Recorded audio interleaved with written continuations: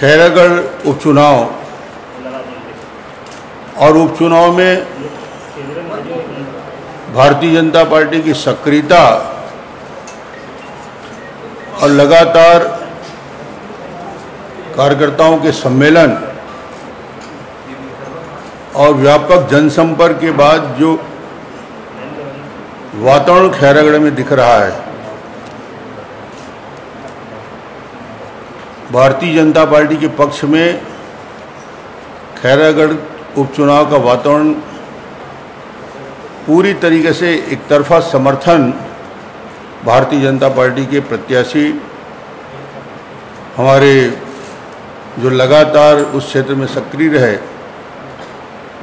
कोमल जंघेल जी के पक्ष में वातावरण का निर्माण हो चुका है। और कांग्रेस के कार्यकर्ता अपने मुख्यमंत्री से प्रश्न कर रहे हैं कि हम किन मुद्दों को लेकर जाएंगे। 3.5 साल बीतने के बाद भी खैरागढ़ में एक भी उपलब्धि, एक भी काम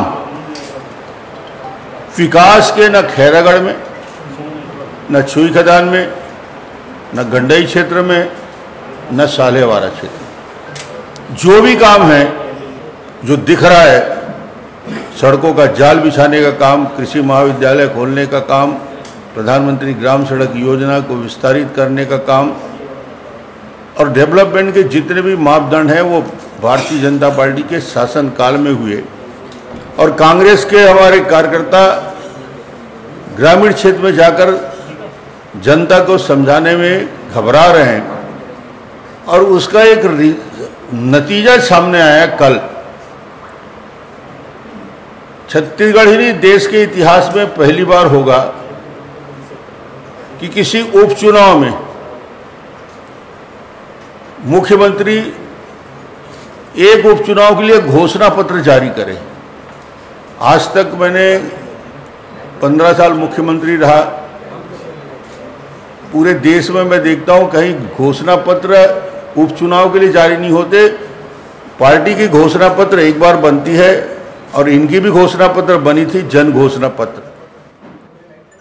3.5 साल निकलने के बाद भी जन घोषणा पत्र के वादे अधूरे हैं और नए घोषणा पत्र जो पहले 36 बिंदु थे, आप आश्चर्य करोगे, खैरागढ़ उपचुनाव के लिए 29 बिंदु का घोषणा पत्र जारी किया है। ये आश्चर्य इसलिए कि 29 बिंदु महत्वपूर्ण विषय जिसकी मांग खैरागढ़ की जनता कर रही थी, 3.5 साल से देवव्रत कर रहे थे, उनमें से एक भी काम नहीं हुआ 3.5 साल में, जिसको माइलस्टोन कहा जा सकता है। और ये अधूरे घोषणा पत्र की वजह से कांग्रेस में निराशा थी और अचानक मुख्यमंत्री को घोषणा पत्र जारी करने की ज़रूरत पड़ गई। मैं मुख्यमंत्री से यही पूछना चाहूँगा कि 15 अगस्त 2021 को आपने 4 जिले की घोषणा की, क्या स्थिति है अभी तक? 7 महीने हो गए, 18 तहसील की घोषणा है, क्या स्थिति है? मुख्यमंत्री जी कहते हैं कि मैं 2 घंटे में घोषणा पूरा कर दूंगा। मुख्यमंत्री जी 29,880 घंटे हो गए।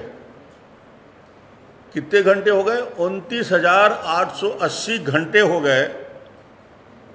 अब युवा प्रश्न कर रहा है कि भैया 29,800 घंटे होने के बाद भी हमारा बेरोजगारी भत्ता कहाँ गया? वो पैसा कहाँ गया? 97,500 रुपया प्रत्येक युवा का इस सरकार के लिए मुख्यमंत्री की घोषणा के अनुसार बकाया निकलता है, 97,000 रुपया। और ये 2 घंटे की बात करते हैं। 29,800 यानी करीब करीब 30,000 घंटे हो गए।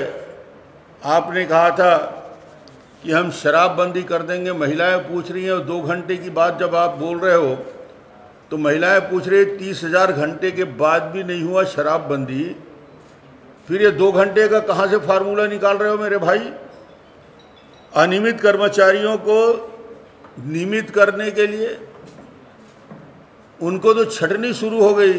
उनको कहा था कि हम सरकार बनते ही घोषणा पत्र में करेंगे और इनको रेगुलर करेंगे, उनकी सबकी छटनी हो रही है।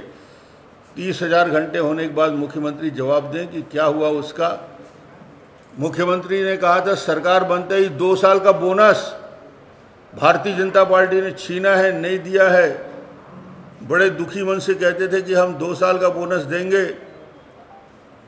आखिरी बजट भी अब प्रस्तुत, चौथा बजट प्रस्तुत हो गया, मगर 2 साल का बोनस का कहीं अता पता नहीं है मुख्यमंत्री जी। और आप खैरागढ़ के लिए 2 घंटे की बात कर रहे हो और खैरागढ़ की घोषणा के बारे में कर रहे हो। मैं अभी चुनाव अभियान में गया, जो जबरदस्त झुकाव दिख रहा है भारतीय जनता पार्टी के प्रत्याशी के प्रति। उनके प्रत्याशी को तो परिचय होने में ही 12 दिन लग जाएगा। हमारा प्रत्याशी वहाँ हमेशा 2 चुनाव जीता, 2 चुनाव हारा और लगातार जनता के बीच रहा। आज मैं जब देख रहा हूँ कि कांग्रेस जब 2 घंटे की बात करना शुरू किए हैं, तो मेरा एक प्रश्न और आता है कि जब मैं बालाघाट जो लगा हुआ हमारे ज़िला है, बैहर हमारे से लगा हुआ क्षेत्र है, वहाँ हजारों मकान प्रधानमंत्री आवास के बन रहे हैं शानदार गरीबों के लिए, हजारों मकान। वो बाजार करने के लिए सालेवारा आते हैं, वो बाजार करने के लिए बोडला के ब्लॉक के बाज़ारों में आते हैं। यहाँ के हमारे लोग वहाँ बाजार करने जाते हैं। आज सालेवारा से लेकर रेंगाखार के उस पूरे इलाके में, सालेवारा क्षेत्र में बकरकट्टा तक के लोग पूछ रहे हैं कि बैहर में जब हजारों प्रधानमंत्री आवास योजना बन सकता है, तो खैरागढ़ में 3 साल में 15,000 आवास छीना है मुख्यमंत्री ने खैरागढ़ के गरीबों का। जब इतनी घोषणा कर ही रहे थे मेरे भाई, जब बड़ी बड़ी बातें कर रहे थे 2 घंटे में करने के लिए, तो 15,000 आवास गरीबों का दे देते। तो उनको लगता है चुनाव आया है तो हमको भी 15,000 प्रधानमंत्री आवास योजना जो केंद्र ने स्वीकृत किया था। आधे मकान गिर रहे हैं, ढह रहे हैं, उस मकान को रिपेयर करने की ताकत नहीं है। अपना ज़मीन बेचकर, मकान बेचकर उन्होंने अपना खर्चा कर लिया। आज मुख्यमंत्री से फिर यही प्रश्न मेरा है कि यदि आप घोषणा करने के लिए 29 मांग रख दिए हो तो 30 ही कर दे। जब करना ही नहीं है तो 29 और 30 गिनती में क्या फ़र्क है? 36 तो पहले कर चुके हो भाई, एक और कर देते कि आवास भी बना देंगे हम 15,000 लोगों के लिए। उसके लिए प्रधानमंत्री भूपेश जी को फुर्सत नहीं है और बड़ी बड़ी घोषणाएं और बड़ी बड़ी बातें करने के सिवाय कोई काम नहीं है। और पक्के आवास को मैं इसलिए बता रहा हूँ कि पड़ोस के ज़िले से लोग तुलना कर रहे हैं। अब मुझे लगता है बड़ी बात कल कह दी कि आदम कद प्रतिमा भूपेश जी, स्वर्गीय देवव्रत जी का कितना आदर है उनके प्रति कि पार्टी की टिकट नहीं दिया, निर्दलीय उसको लड़ना पड़ा। ये 29 बिंदु मांग के लिए भटकता रहा, चप्पल उसके टूट गए, और कभी मान सम्मान खैरागढ़ को नहीं मिला। अकेला देवव्रत का अपमान नहीं था, पूरे खैरागढ़ क्षेत्र का अपमान किया है डेवलपमेंट को रोककर। और खैर देवव्रत लगातार अपमानित होते रहे। आज उनको याद आ गया, चुनाव यदि नहीं आया होता तो ये कुछ याद नहीं आता। याददाश्त इनकी बिल्कुल नहीं लौटती। वो तो शौक लगता है जब इलेक्शन आता है, मतदाता प्रश्न करता है तो अचानक बोले कि सजीव मूर्ति आदम का प्रतिमा बनाएंगे। अरे भैया 3.5 साल में क्या अभी तक कितनी प्रतिमा बना दिए। एक बात बोल रहे थे कि छत्तीसगढ़ नहीं झुका है। छत्तीसगढ़ कभी नहीं झुकेगा भूपेश जी, चिंता मत करिए। छत्तीसगढ़ के लोग झुकाते हैं और कांग्रेस को झुकना पड़ेगा, कांग्रेस को झुकना पड़ेगा। मैं फिर रिपीट कर रहा हूँ, शराबबंदी के लिए झुकना पड़ेगा, कांग्रेस को झुकना पड़ेगा। रोजगार और बेरोजगारी भत्ता देने के लिए कांग्रेस को झुकना पड़ेगा। 2 साल का बोनस देने के लिए कांग्रेस झुकेगी।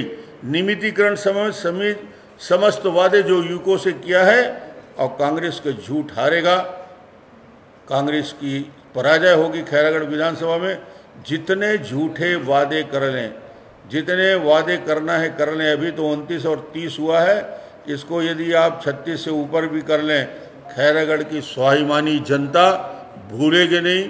वो 3.5 साल के इस कार्यकाल को याद करती रहेगी और विकास के कामों में जो छत्तीसगढ़ खैरागढ़ को पीछे छोड़ के रखा गया है, उस प्रकार की घटनाओं को वहाँ की जनता इस चुनाव में 12 तारीख के होने वाले मतदान में और 16 तारीख की गिनती होगी तो भूपेश जी पता चल जाएगा कि खैरागढ़ के जनता ने किस प्रकार के मतदान किया है, मैंडेट दिया है।